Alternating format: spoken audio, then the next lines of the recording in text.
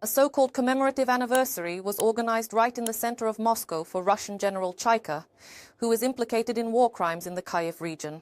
During a closed gathering of the occupation leadership in a Stalin-era skyscraper, a box supposedly containing a gift exploded. Now in the enemy's capital, they are counting the dead and wounded. But this is not the only fireworks display of the day. Once again, oil refineries and logistics bases are burning in Russia.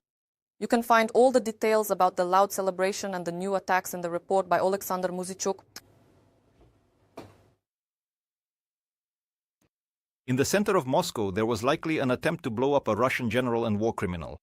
The explosion occurred the previous evening on the veranda of the Balzy Rossi restaurant, where, according to Russian media, the Russian military leadership was celebrating the 55th birthday of General Alexander Chaika at a private party.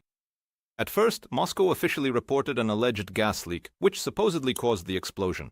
However, later, due to the absurdity of this explanation, since the building is not supplied with gas, they had to admit that a homemade explosive device had been detonated.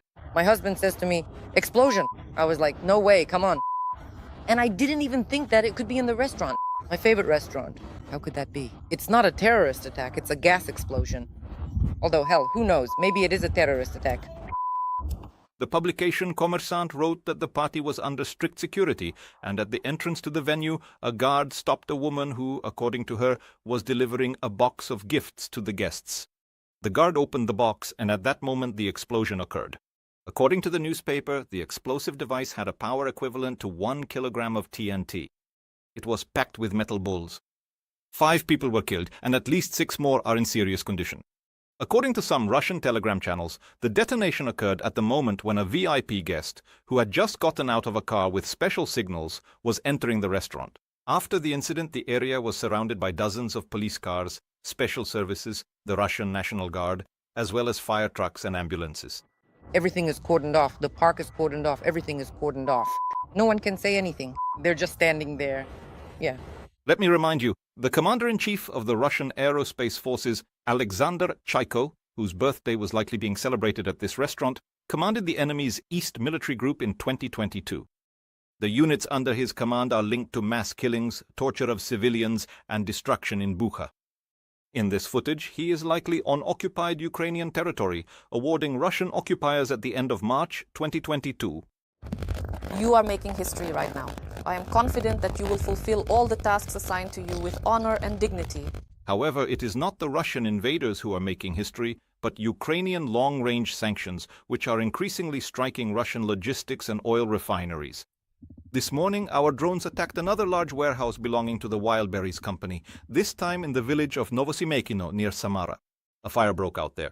According to the BBC, this is already the 9th Wildberries warehouse attacked by Ukrainian drones since mid-July.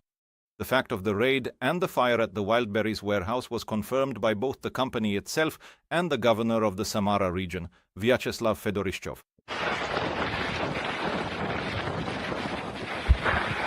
And in Saratov last night, after an attack by Ukrainian drones, the local oil refinery caught fire. The Saratov oil refinery of Rosneft is one of the oldest in Russia, and this is at least the 15th attack on this facility. Explosions were also heard in Engels. There, the base of Russian strategic bombers, which regularly attack peaceful Ukrainian cities, came under fire. Local residents published footage that likely captured the moment of a powerful explosion on the territory of the airbase. In the morning, the Russian Civil Aviation Authority announced the full or partial closure of 8 airports in cities along the Volga, as well as Moscow's Domodedovo airport. Alexander Muzichuk, Podrobnosti, Inter TV channel, Marathon, United News.